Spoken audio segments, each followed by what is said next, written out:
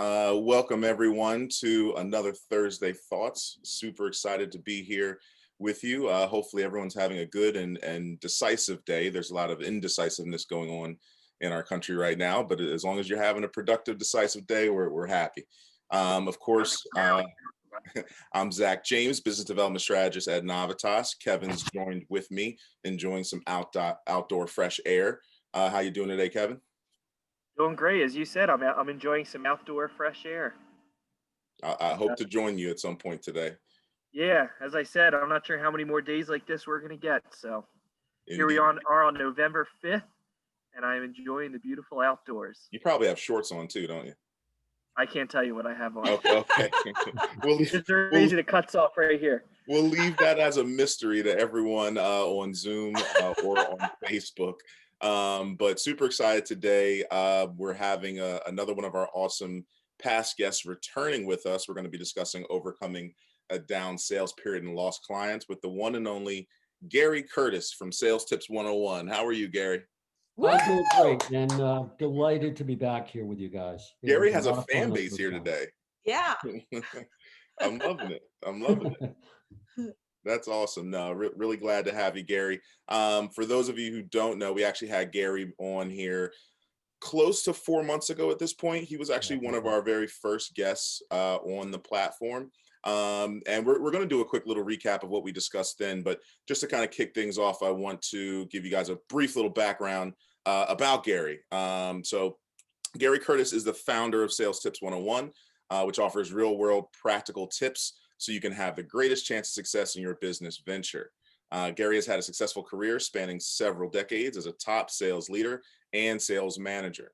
With SalesTips 101, Gary provides coaching and workshops for organizations and groups of all sizes.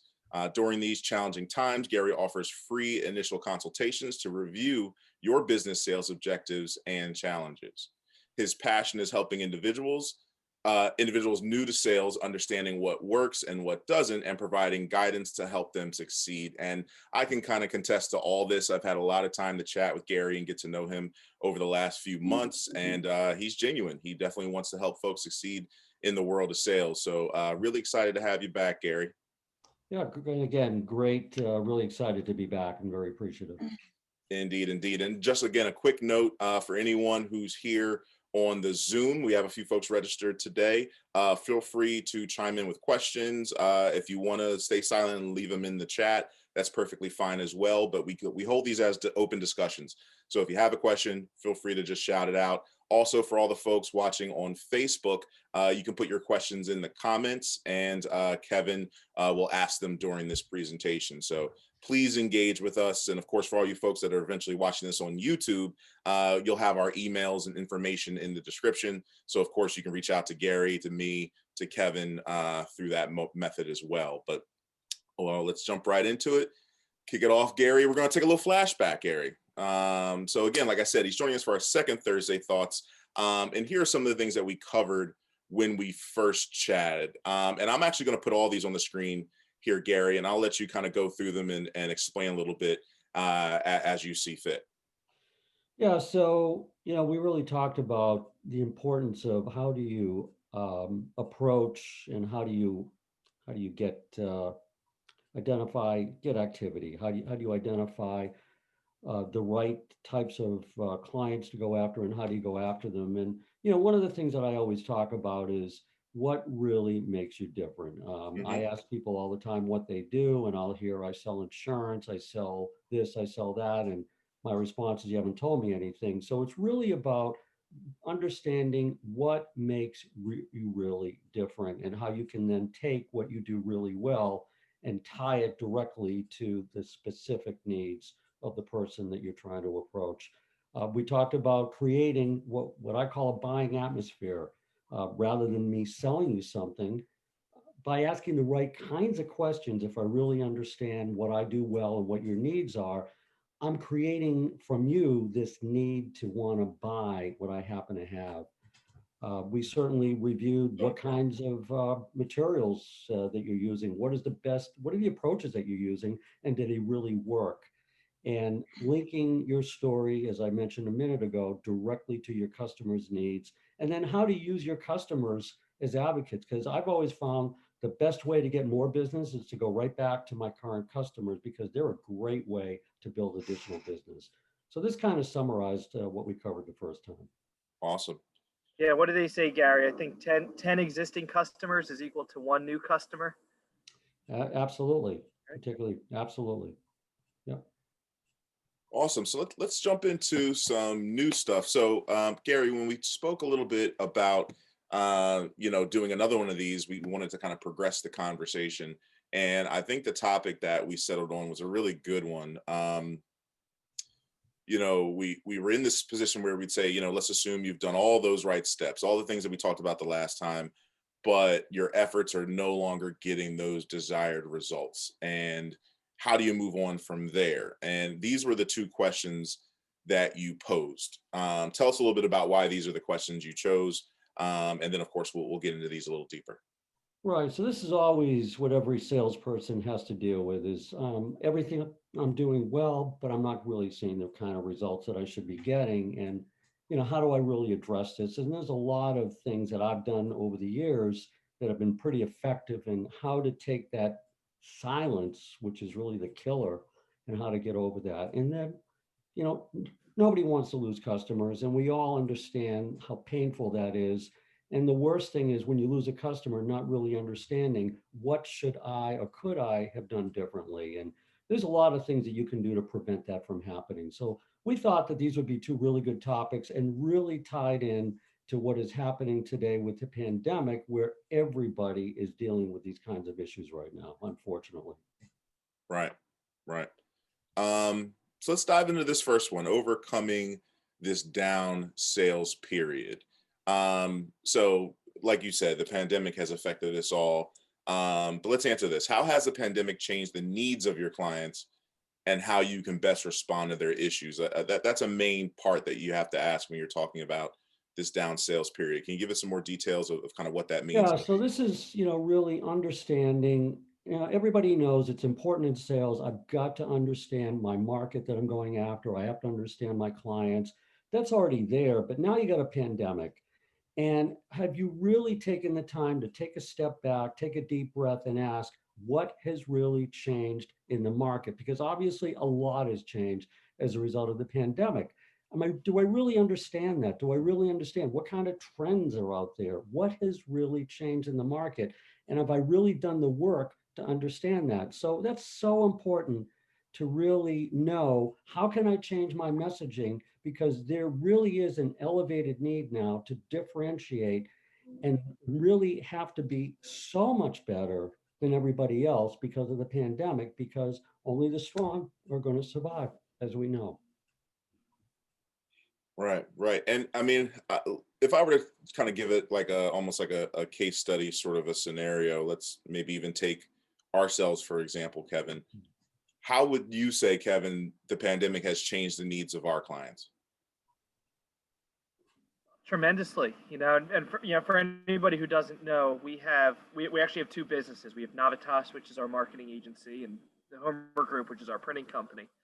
And we've definitely seen, obviously, we like to have that balance. We like to have clients on both sides, and hopefully agency clients become printing customers, and hopefully printing customers become agency clients. And whichever side, particular business needs, we're thrilled that we have that opportunity to help them.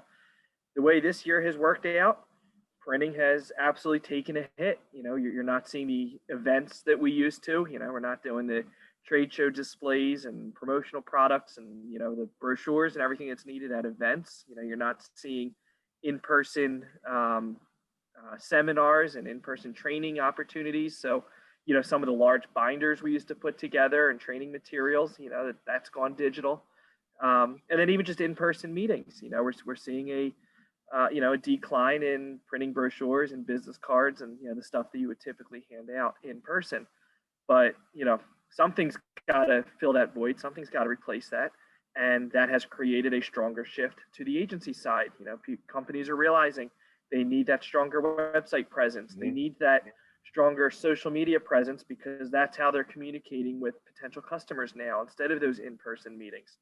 And I'm not saying it's 100% on this side and 0% on that side, but there's definitely been a shift. And in our business, we've been lucky that we've already established ourselves as being able to offer that other side.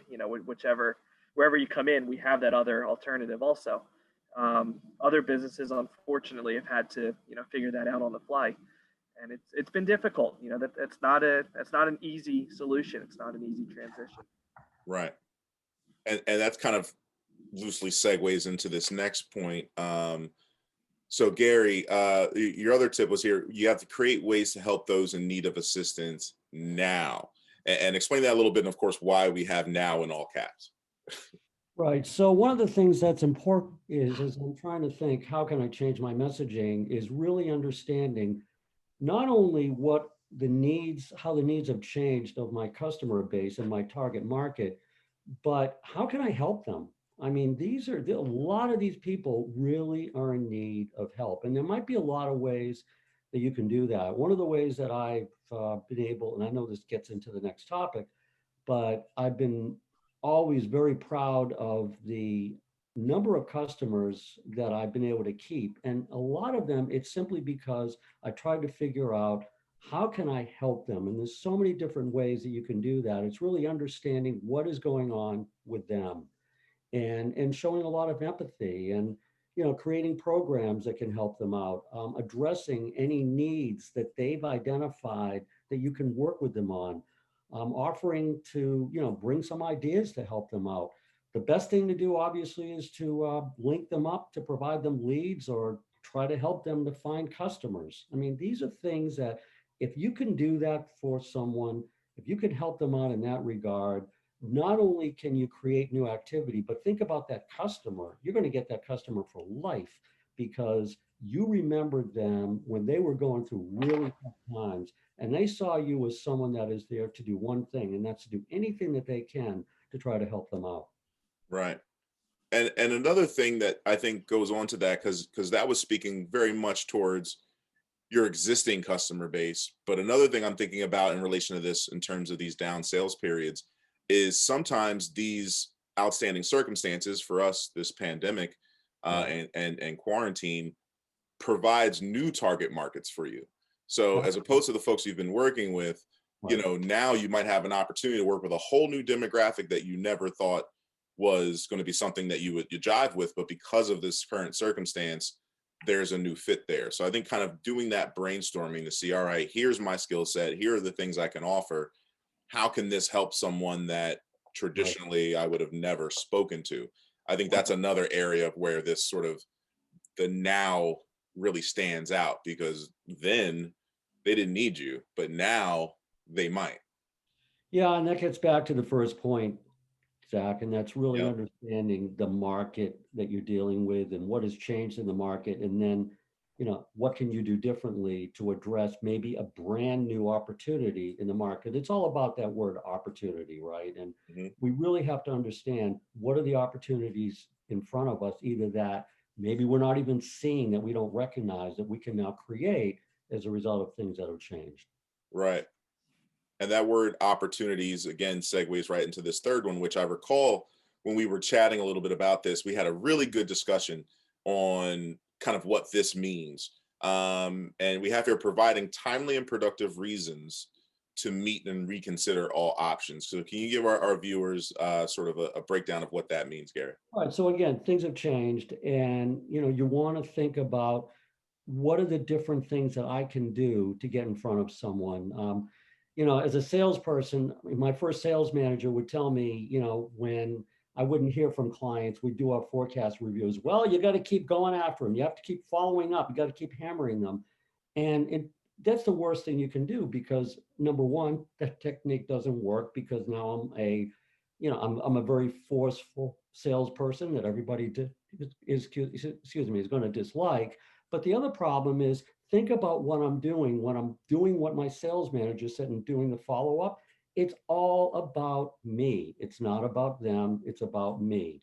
So those are the worst things that you can do. So you want to try to think, what kind of things that I can do that maybe are really timely to bring to someone, to say, hey, we now have a reason to meet, because ultimately you got to break the silence. And the only way you're going to break the silence is your prospect, your customer has to feel that there's a compelling reason to want to at least have a conversation. So bring something, have some interesting thing to get their attention. Maybe there's some new development. Maybe there's some news that you could make them aware of, or just anything just to get their attention. Change the message, the messaging that you're going to do. Um, maybe you want to look at different ways to be creative. Maybe there's a promotion that you can provide to them, or a way that they can evaluate your product that maybe wasn't available at this particular time. One of the things that I always used to do very effectively to break the silence is, the reason to meet is simply because I want to share what we're doing with others that are in a similar situation. It's a very non-threatening kind of approach, but really it's anything just to break the silence, because silence in sales is never good news. So you got to Right. figure out how to very tactfully break that up.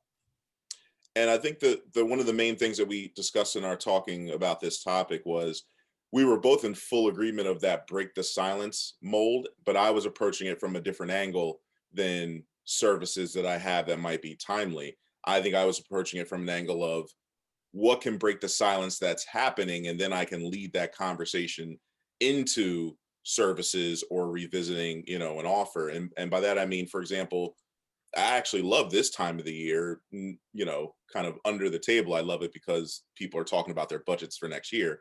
But in a more open sort of way, it's Thanksgiving. It's a way for me to reach out with a message to a customer and say, just this time of year, I'm very thankful for the folks I've done business with. Right. I just want to reach out and let you know that. Would love to find time to chat before the year is out, just to see how you're doing, and see what you have planned for 2021. Right. That I might not have any different offering than I had last time I spoke to them, but this is a way that I can break the silence, and it's timely because of what's going on. They're going to appreciate this Yeah. thankful time of year, and I'm reaching out for a genuine reason. And I can build a conversation off of that, hopefully talk about some of the services that I have. What's kind of your take on both of those, Kevin? I agree with all the above. I mean, I think, Zach, I know you and I always feel the same way, that we like to, take the softer approach to sales and build the relationship, and, build the friendship almost before you build that business relationship. Going back to what Gary was saying, totally agree. You got to you have to find the opportunity, the reason to get back in touch with someone, to break the silence. And, it's kind of cool, in marketing today, marketing and sales used to be two total, get involved with marketing and don't let the marketing people get involved with sales. And now you're starting to see those lines get blurred, and you're seeing the two come together. And, one of the big shifts in marketing that we're seeing today is a concept called inbound marketing, which is, putting free resources and materials and finding ways to stay in front of your contacts, and letting them come inbound to you when they realize that they need your help, they need your product or service. And, I think that creates a great opportunity for, what Gary said, the breaking the silence. Just keep your face in front of them. It doesn't even have to be a one-on-one conversation. That opportunity will come. And, with technology today, there are some really creepy but really cool tracking opportunities to see what your audience is doing, what they're interested in. We can log into our website, and we've done this for clients as well. And for anybody who has filled out a form, who has actually interacted with our website before, we can see when they're coming back to our site and what type of content they're looking at. So guess what? If we see that they're interested in our video production page, we can just happen to reach out to them and send them information about video, or ask them questions about video. If they seem to be looking at content, blog posts, whatever it might be, that's related to graphic design or website development or social media, like, we can then get that type of content in front of them, and without them even realizing, we're building that expertise, and we're actually starting our sales pitch, even though they don't even realize it, because we know that that's what they're interested in. Yeah. Well, those are great ideas, Kevin. And again, it gets back to what we were saying before, and that's giving your customers and prospective customers different ideas, different things that could help them, different things to think about, always coming to them with a positive reason for them to think about how you can help them out based on, geez, this could be something that could be very helpful. You always want to do that. What you don't want to do when you haven't heard from someone, and this is the mistake that a lot of people make, is to contact someone and say, where do things stand? Because chances are they're going to say, no change. And where do you go from there? Yep. And I'm sorry, I didn't hear that part again, Gary. What do you not want to do? You don't want to follow up with someone and say, where do things stand? You don't want to, Right. because, what are they going to say? There's And, no. and let me ask this, Gary, what is your preference or suggestion when it comes to re-engaging folks via a phone call versus, let's say, email marketing? Let's say you have that person that didn't close and they're on an email list, and maybe they get something monthly that hopefully can re-engage them or show them a new offer. Which would you lean towards doing? It's situational, Zach, and Right. it's whatever works. I mean, everybody is going to respond differently to different things, as we all know. So it's going to be very situational. I mean, whatever works. But, I always talk about, linkage, and then you guys are obviously marketing experts. But, as a sales manager, I used to tell my team, when you leave a message by phone, leave an email, but link the two things together. So when you leave a phone message, it's referring to the email that you just sent, and vice Right. versa. And that used to help me to get responses amazingly, because I could leave messages for someone, get no response, and then send an email, get a response. So it's that linkage together. Right. It's not one thing. Agreed. So great. Let's chat a little bit about addressing why the customers leave. So the first thing we had on here in terms of a reason was they're either unhappy or have the grass is greener syndrome. Now, I want to assume I know what the grass is greener syndrome, but I'll let you explain it. Tell us what you mean. Well, again, you think about yourself, any customer, any vendor that you're dealing with, nobody wants to make change. We're all resistant to change. So we get really comfortable with the different vendors that we deal with. So why do you leave? It's either because you're unhappy, or that syndrome, the grass is greener, that there's something out there that somebody is providing that you think is going to be better. I know it's a very simplistic way of saying it, but this, in general, the two reasons that we lose customers. And, a lot of this, unfortunately, is very, very much avoidable. And this is what we're obviously going to get into. And, I think, for the first thing, it's because things that are concerns are simply not being addressed, or, maybe they're hearing things, maybe there's messaging that they're hearing that sounds great.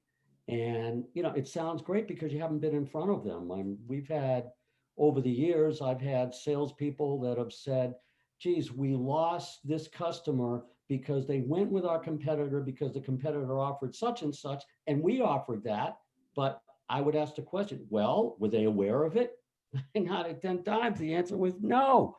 So, you got to protect yourself, and the best defense is a good offense. You've got to be in front of them so they know what you have to offer. So if they hear something from the competition, they can say, oh, we already have that. They don't have that need to go chasing, so to speak. Right.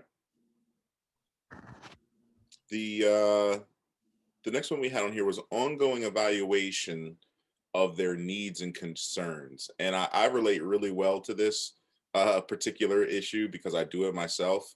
I'm a constant critiquer. And luckily, most of the things I'm critiquing are my own effects, things that affect my own business.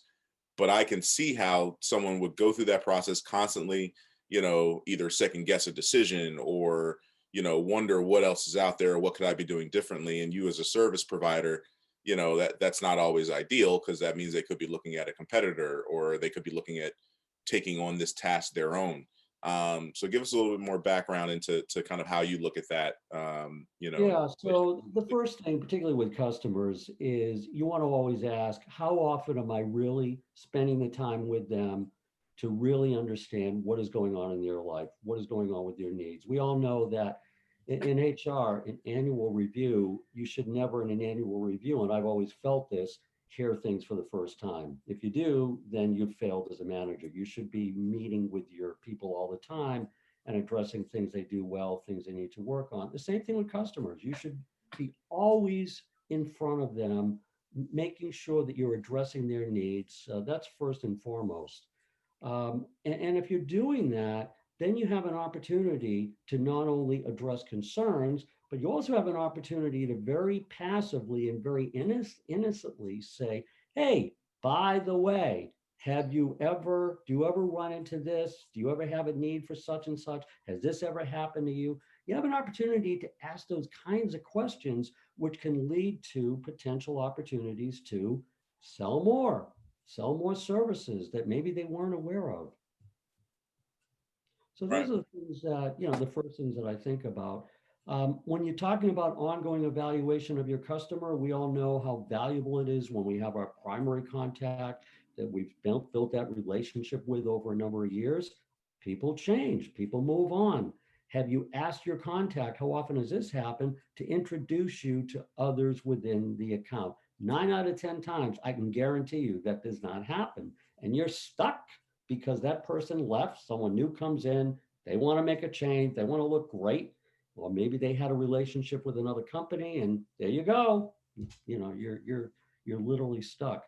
Have you really taken the time to understand your clients so you understand not only what you've done for them and what value you provided, but where do that analysis to know where else you could help them? Have you really done that? Another thing that I've always done is no salesperson wants to deal with problems, but I've always said a problem is an opportunity. It's an opportunity for me to fix that and look really good with that customer. And I've always taken that approach. Problem is an opportunity. Have you really surveyed your customer? There's a lot of ways to do that to really understand their needs and be able to address them. One of the things that we used to do years ago is we used to, every time we would do something that there was some positive development, and you should do this anyway, you send a thank you, you send a summary. This is what we did. This was the need that you had. This is how we addressed it. And then at the end of the year, we would provide what we called a vendor performance report, which is simply, hey, can we review a summary of all the things that we did this year? You know what that does for the customer? It gets them to see, because people forget, wow, you guys really did a lot for me this year. 100%. And it's just so important to do all of that constant communication, that constant educating. Depending on the product or service, a lot of salespeople will sell their product and then, geez, you're going to have that for 2 or 3 years. We'll talk to you in 2 or 3 years. That's the worst thing you could possibly do. Because the worst thing that could happen is they may say, hey, I have someone else I can introduce you to. Right. But at the very least, even if that never happened, you're there, you're developing that relationship with them. Yeah, no, I fully agree. And one other benefit that's come from that for me over the years is, sometimes that evaluation process, and it's really important to kind of keep those notes of everything you're doing for a client. Sometimes at the end of that review, it's not even as much about renewing them. They love the work and service I provided them. Sometimes it's me realizing, wow, I did way more work than I charged them for. Yeah. I might need to evaluate this price point and make an adjustment. And they would be happy to pay it because they also see that impact and effect. I think it's important to log and to kind of, have that track record for your own uses as well. Yeah. The other thing, and I talked before about, people change, new people come in. I have been able to keep a number of clients just by being able to, when that new person comes in and I meet them, share with them, this is everything that we did. I have a track record. I have something in writing that we can review what has happened in the past because they don't know anything. There's no loyalty whatsoever. That has saved me so many times by taking the time to do it. It's work. It's a lot of work to be able to do this stuff on a regular basis. But think about how much work you have to do to find new clients, particularly now that we're in the pandemic and we're all dealing with these challenges right now. Right. And that's one thing I know, Kevin, you have a really good log of case studies. And I remember, even when I started working with Navitas and I looked at all the stuff you've done for all the clients, I was like, it's impressive. And to be able to showcase that on your website, easily accessible. I guarantee that we have clients who didn't even come to us with a referral. They actually went to our site and showed people, look at what they've done, look at what they've done for other businesses. And you have those folks getting enticed and really wanting to contact you. So it is really important. Yeah, Um, they say that 80% of the sales process is complete before you even have that initial interaction with the company, mhm. which doesn't discredit that final 20%. I mean that's still very important. You got to handle that correctly, but you got to make sure that you're doing what you can to get through that initial 80%. And what does that 80% consist of? It's doing research, it's looking for testimonials, it's looking for referrals, it's all the above. I mean, people want to have the power within themselves. They don't want to be sold to. So I know that they're going to do their research, they're going to look at our website, they're going to look at other marketing agencies, other websites, they're going to look at testimonials on Facebook and on clutch.com and some of these other sites. And we need to make sure that they like what they see and that they give us that opportunity to sell them on the last 20%. So and for every case study we have on our website, there's another 10 that's not on our website, but we try to just show at least a good variety, different industries, different services, some big companies, some smaller companies, and hopefully they see what they want and give us that opportunity to talk to them and learn more about their specific needs and see how we can be helpful to them. Right, right. And again, before we jump into this last topic, I know I actually have a couple questions to throw towards Gary. But again, if you're watching on Facebook or in the Zoom and you have questions, feel free to throw them our way, and we'll make sure we chat with Gary about them before we leave today. The last note we had on here in terms of addressing why customers leave was, how are you giving them silver tray service? And I think this is a vitally important element. I am big on customer service. Ever since I worked in professional sports, customer service and how you treated those individuals, how you, again, as you mentioned before, that differentiation is so vital and important to maintaining that relationship, to getting those referrals, to having them think that they will get worse service elsewhere. You never want a customer to think they could go somewhere else and get better service, because that's a death sentence to that relationship if they actually feel that way. So give us a little bit, Gary, about your interpretation of giving silver tray service.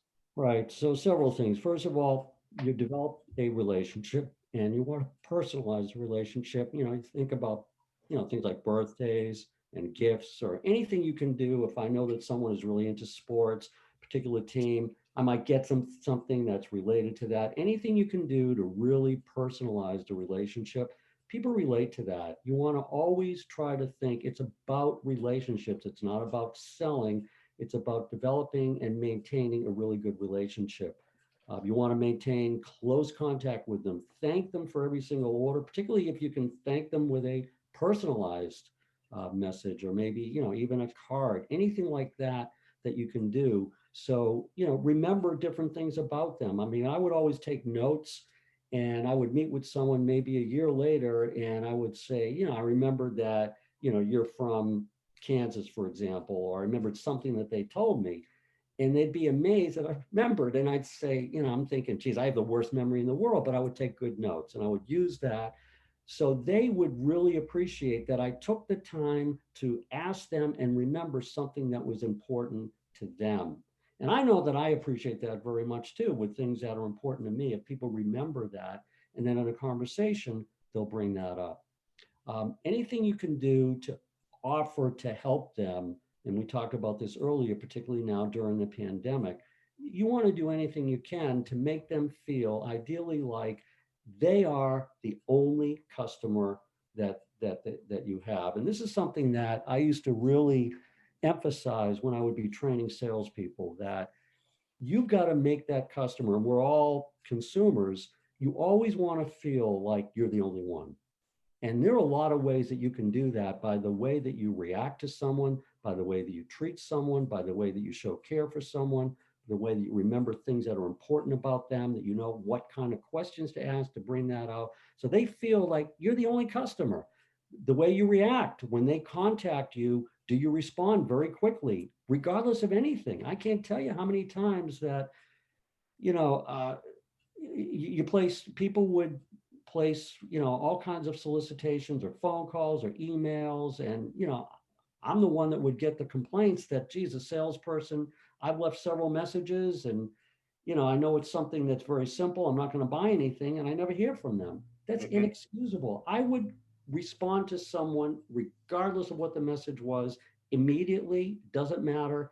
People remember that it really didn't matter. You always were there for them, regardless of the situation.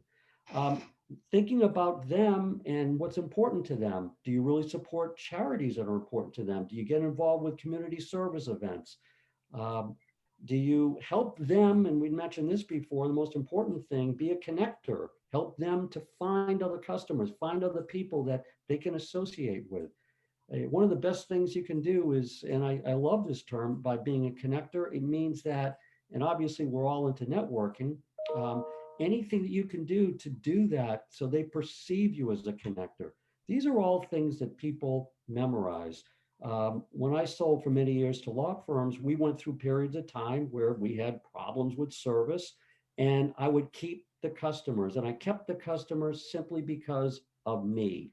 They knew that regardless of the problem, they could call me, I'd be there to take care of them. And they remembered that, they remembered that, I'm there for them. They always looked at it as I'm their advocate. And that's the word that I always use all the time is you're not a salesperson, you're an advocate. You're there to help them because true sales, and we talked about this in the first session, is identifying how you can help them. That's really what a great salesperson, in my opinion, should be doing. And these are all things that you can do. And, when we talk about why customers leave, they leave because you're not doing any of these things, or you're doing these things either infrequently or very ineffectively. And, Mhm.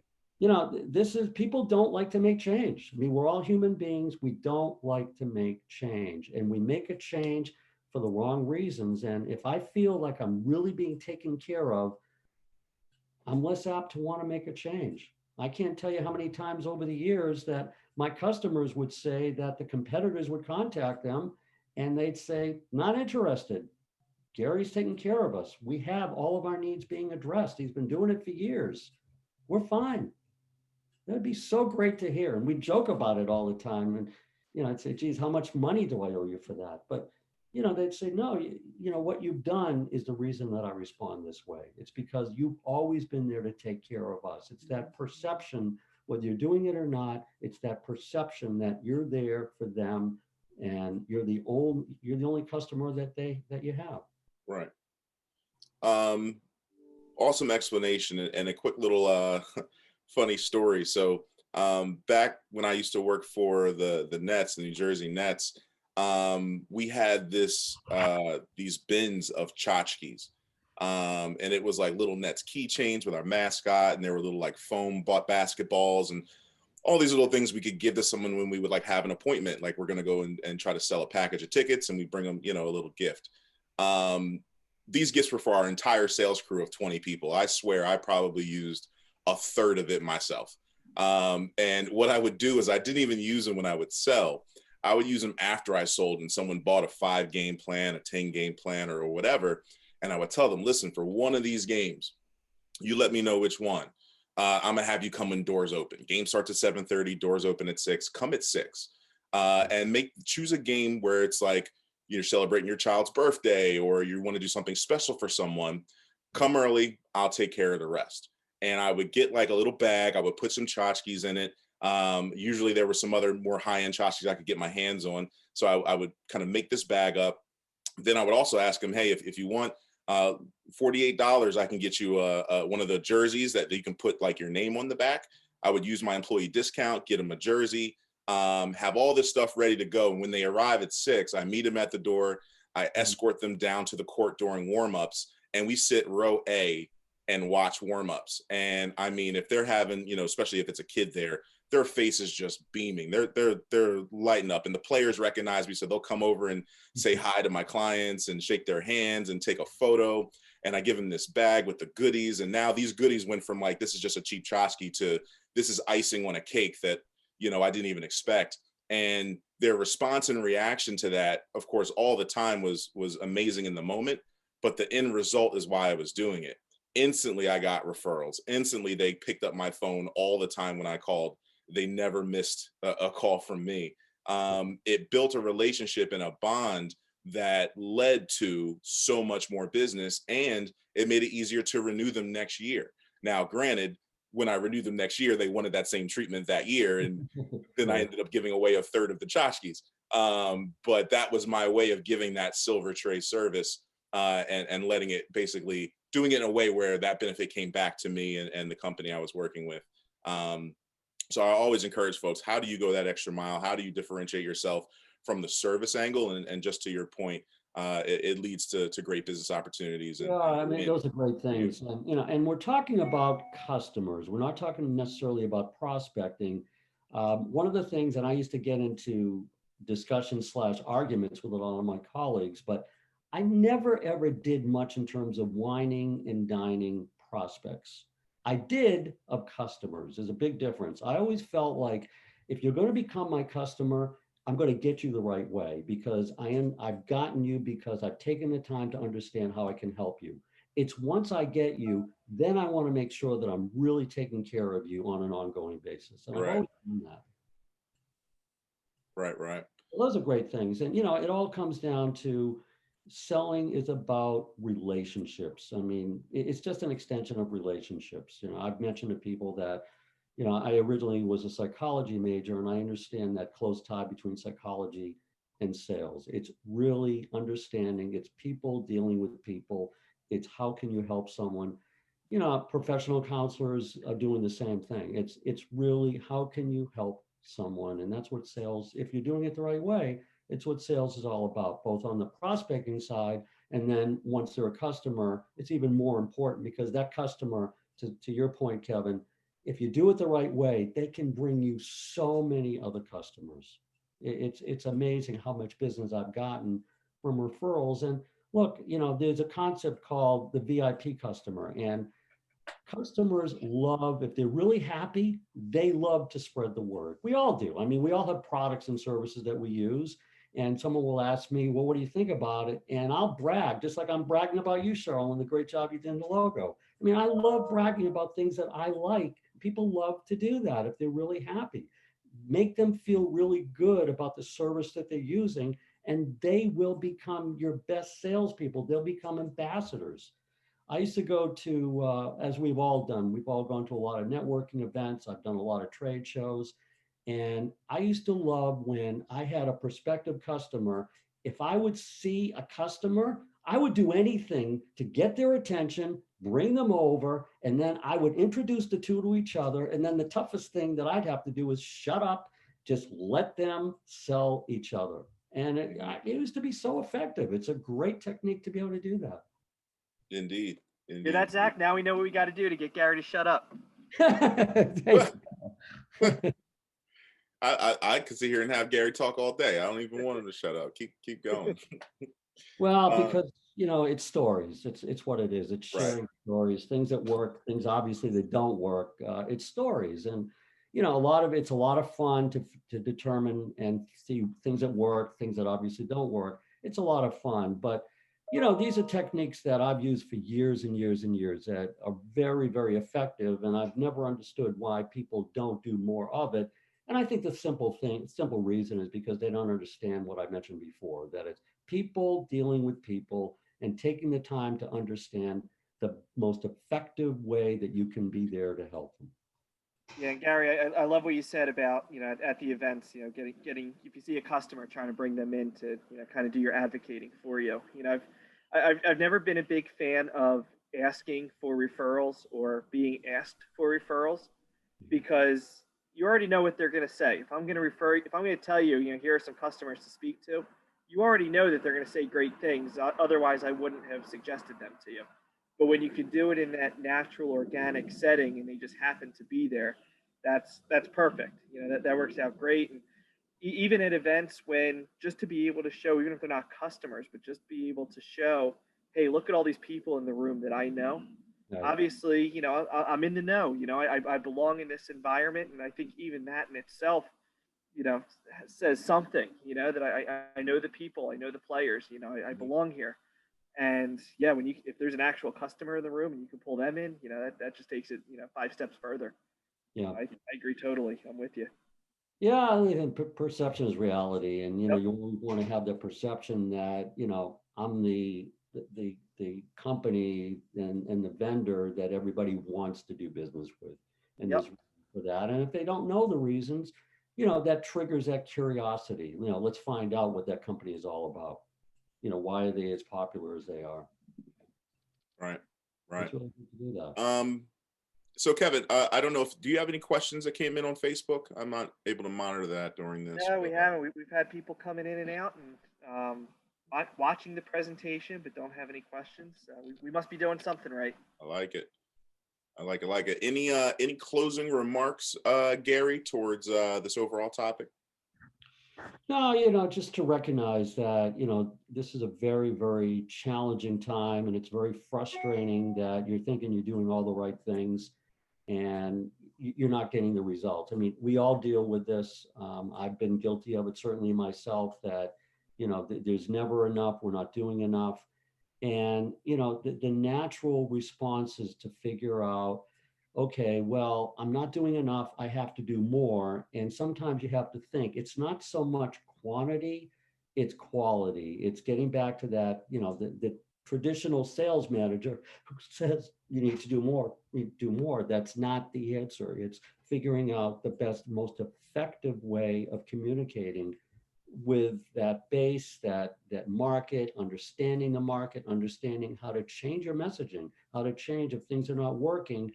What can I be doing differently? What can I be doing to figure out what is the most effective way to have an opportunity just to have a conversation? Because that's all you're trying to do to break the silence, is how can we at least have a conversation? And I would use any opportunity to get back in front of someone. It really didn't matter. It could be anything. I mean, a client would call up and say, I have some stupid question about such and such. And I would say, great, we need to get together. And I would use that as an opportunity to, once I'm there, to say, ask all my questions. Hey, have you ever heard about such and such? Has this ever happened to you? And so forth. It's all that, that opportunity to stay connected. It's just so important. We all know that, when you're meeting with someone, they're going to, and you alluded to it, Kevin, they're going to look around and see what other companies can do and so forth.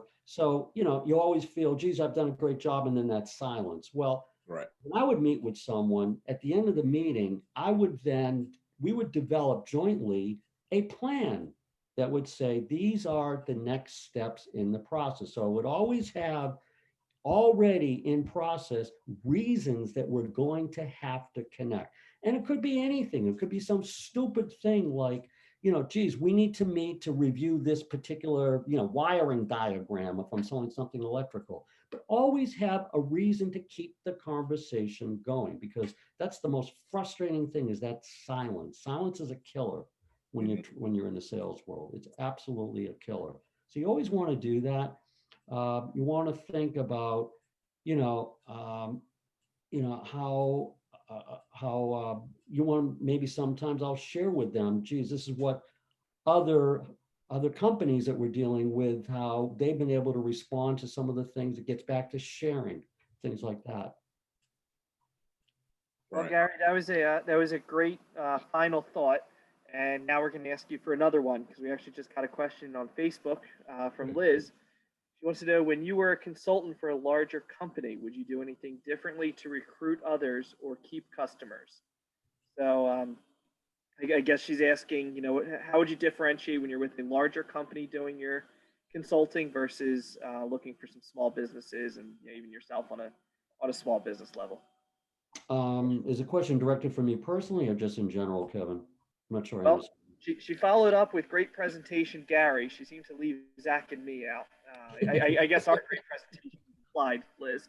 But I'm going to say it sounds like it was directed towards you. So we'll let you take first. So, and I mean, the concepts are the same. I mean, I've got to understand when I was, and I did work for both small and big companies, and obviously I'm on my own now, but the concept is the same. It's really understanding, first of all, what is the market that I'm going to go after? And therefore, we all want to develop that niche market based on what we do well and based on what the market that we're trying to address. And then if I've done a good job of identifying the market, then I have to then figure out what are the most effective ways that I'm going to get to that particular market and develop a market plan based on that. That's all the same, whether you're working for a big company or a small company. I think one of the advantages of being small is that when you're working for a big company, and I've had to deal with this, they put so many regulations on you. They literally tie you up and say, you have to do all these different things.